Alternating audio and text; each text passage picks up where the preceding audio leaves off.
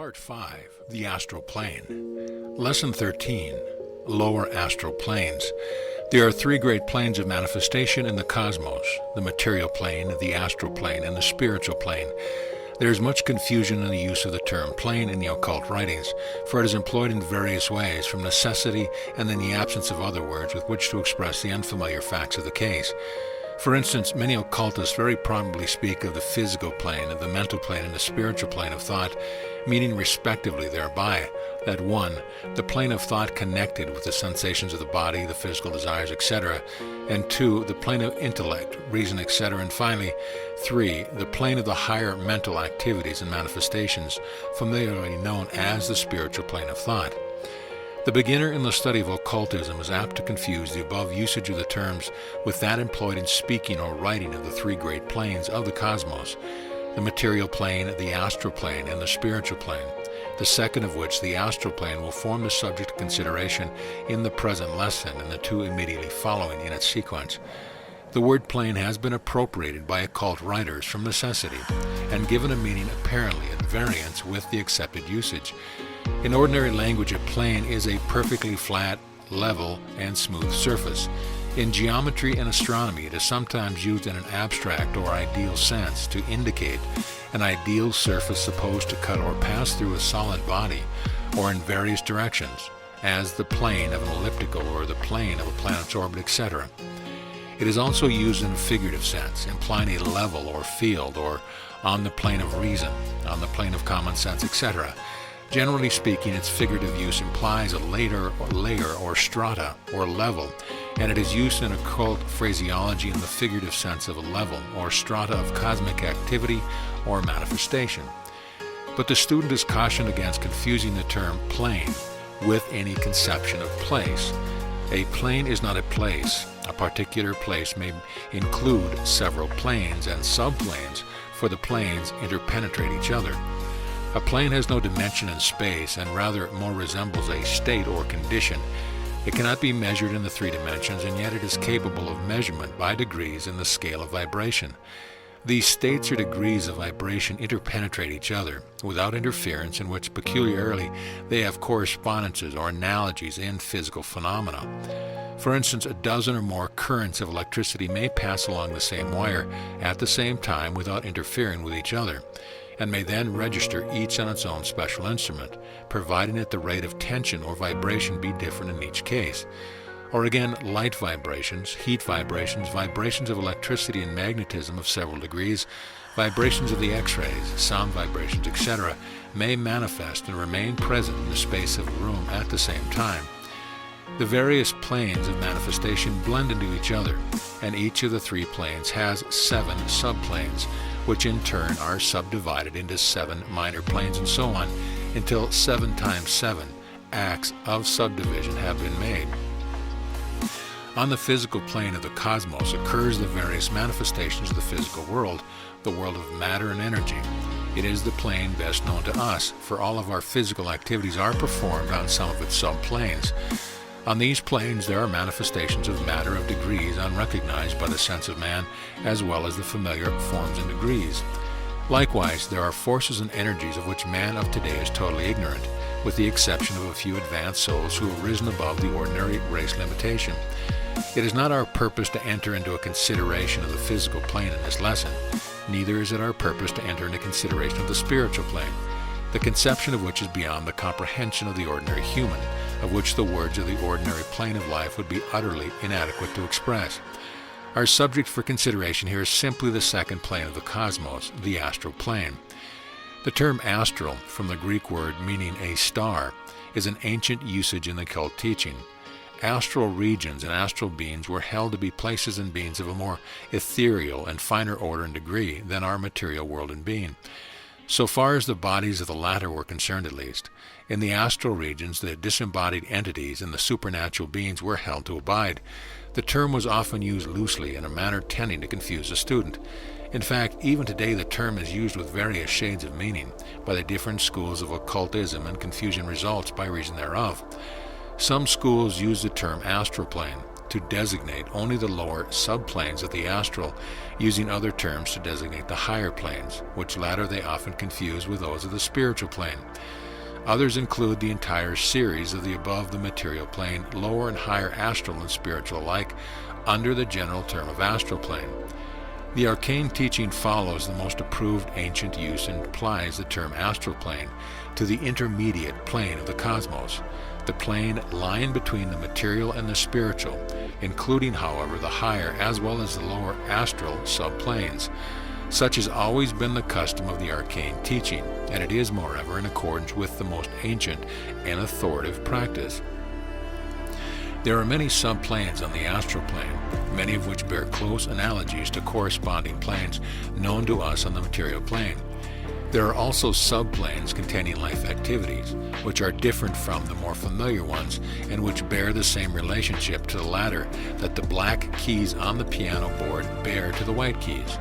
On these black key subplanes dwell entities strange to human sight and thought, but which nevertheless form a part of the universal manifestation of life. These entities are non-human, never were human, and never will be human. Their evolution has been and will continue along totally different lines. Occultists group these entities under the general term of elementaries or elementals, although their degree and characteristics vary greatly one from another. We shall consider these entities in the following lesson. Beginning our consideration of the astral plane, we must not fail to take notice of one of the subplanes nearest the material, the subplane in which the thought currents operate, and also in which the astral bodies of the embodied and the auric colors are visible. On this subplane, the phenomena of mentalism manifest. This subplane is the one nearest to the ordinary mental plane, and is often penetrated unwittingly by persons whose psychic faculties have been sharpened and who have developed the qualities of clairvoyance, astral sensing, etc. It is scarcely necessary to explain in detail the facts relating to the astral body of human beings, for the student is supposed to have had some preliminary acquaintance with the general subject of occultism. We shall merely note the general facts in passing.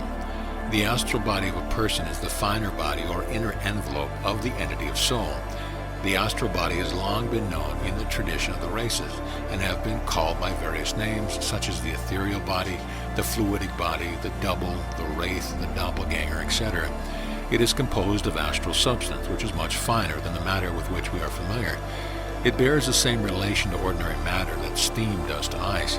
The astral body leaves the material covering or ordinary body of the person at the death of the latter. It also often wanders far from the physical body when the latter is sleeping. Under certain conditions, it may leave the physical body during waking hours and project itself to distant points in space. The familiar apparitions of the living are instances of this travel in the astral, and the phenomena of clairvoyance is largely due to this form of astral manifestation. The astral body is invisible to the ordinary physical sense, although those possessing clairvoyant power or well-developed astral sense may see it plainly.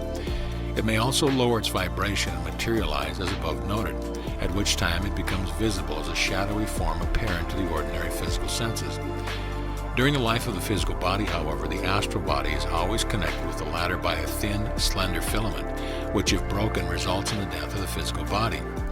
Contrary to the ordinary teaching, the astral body is composed of 7 sheaths or layers of substance, the grosser of which disintegrate or sloughs off when the entity rises to higher astral subplanes, and which must be again materialized when it revisits the lower plane. The aura and auric colors of the astral body are in the nature of emanations or radiations from the astral body, which are manifested in some degree by every person, and with recent scientific investigations has proven conclusively, by means of photographs, etc., the physical body even has its aura of vital vibrations, or vril, which flow freely from it, particularly when the vitality of the person is strong. This vril is the human magnetism of the magnetic healers and others, and which serves to arouse strength and vigor to those whom it applies. The astral aura, on the contrary, is rather an emanation of the mental states, feelings, and emotions of the person's mind. It is egg-shaped and extends on all sides of the person to a distance of about 3 feet. It manifests various colors, particularly around the head. The colors corresponding to the character of the mental state being manifested are those habitual to the person.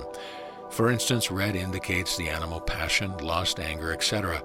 Blue represents religious emotion, etc. light blue denoting what is generally called spirituality, but which in reality is but an ethereal, refined form of religious feeling. Spirituality is more a matter of knowledge and life development rather than feeling or emotion. Green denotes jealousy, and in one of its shades, that which is generally called tact, agreeableness, diplomacy, or in its lower forms, deceit. Gray denotes selfishness. Yellow, intellectually in its various forms and degrees. Black is the astral color of hate, malice, and vengeful emotion. Persons in whom the faculty of astral sensing is well developed may see these auric colors plainly, and are thereby informed as to the mental characteristics of the person under observation. On this lower subplane of the astral also are manifested the thought waves, thought currents, thought forms, etc., which are manifested in the phenomena of mentalism. Thoughts and mental states manifest in objective form. The person manifesting active thought or feeling emanates waves and currents of thought force, which spread around him in constantly widening circles in every direction. In this way, great thought clouds are formed which hover over and around places to which they are attracted. Thought clouds of the same general characters have a tendency to coalesce and mingle and blend with each other, and to move toward persons, places, and localities in which similar thoughts or feelings are being manifest. The law of attraction operates in this direction of drawing thought influence toward those who are manifesting similar thought vibrations. Cities, towns, and smaller places, even places of business, office buildings, houses, and rooms, have their own particular thought atmosphere, which may be felt by those sensitive to such influence, and seen by those possessing the faculty of astral sensing. Akin to these thought clouds are what are known as thought forms, which are thought clouds of great density and power of cohesion, which are also charged with the strong will or ardent desire of the persons emanating them, and which are often practically vitalized by the vril or vitality of the person which has been infused into them. Such thought forms often exert nearly as great a psychic power over those with whom they come in contact as would the sender himself in person. They are akin to the desire elements mentioned in the following lesson. These thought clouds and thought forms abide on the lower subplanes of the astral until they finally disintegrate. They tend to coalesce and gather around places in which the vibrations are harmonious to their own. Some places have their mental atmospheres of vice, others of greed, others of industry, others of the reverse. In short, thought atmospheres exist everywhere on this lower astral subplane, just as does the material atmosphere exist everywhere on the material plane. One is just as real as is the other. They have all the correspondence when one might expect. Those who are able to travel in the astral body find this thought atmosphere phenomena a source of never-failing interest, although at times one is glad to will himself away from some of the scenes. So gross and base are the emotion and feelings manifesting in dark, heavy, suffocating clouds of thought force. So horrible some of the thought forms. But even these may be driven away by an exercise of the will, and thought vibrations of a contrary nature tend to repel them and scatter them away from one's vicinity. On a subplane of a different class from that just mentioned are found the manifestations of what has been called the scrap pile of the astral, and indeed that term of the workshop very aptly expresses it. On this subplane are to be found the discarded astral materials of the astral body, which have been sloughed off by entities which have discarded them as they have moved up higher. Also the disintegrating astral bodies of entities which have failed to survive and whose souls have been resolved into their original elements and become merged into the general principle of consciousness as described in a previous lesson. Remember, please, that these remnants of the astral body so discarded and disintegrating are not in any way related to the soul which formerly inhabited them. They are mere shells, without soul or mind, and yet preserving a slight degree of vitality or vril. They are astral corpses, just as much as a corpse as is the discarded physical body. But just as the physical corpse may be aroused into apparent life activity by a strong galvanic current and will roll its eyes, move its limbs, and even utter groans, so may these astral corpses be galvanized by the vril of a medium, unconsciously by the latter, if the conditions be favorable, and may be materialized so as to appear as a shadowy form, acting, moving, and even speaking. The only mind in it, however, being supplied by that of the medium or the persons present at the seance. These astral corpses are also become visible under certain conditions, often around graveyards, battlefields, etc., and are thought to be ghosts or spirits of those who formerly inhabited them. They are, however, generally but the grossest astral covering of the astral body, its shell, so to speak, and are no more to be regarded as a deceased person himself than is the physical body lying in the grave. Both are discarded coverings or corpses. A psychic who, by means of untrained or misdirected psychic development, happens to wander onto this plane of the astral, experiences a most unpleasant sight. It is not pleasant to roam in this charnel house of the astral, this tomb of the earth. An old Egyptian sage thus recorded his impressions of it.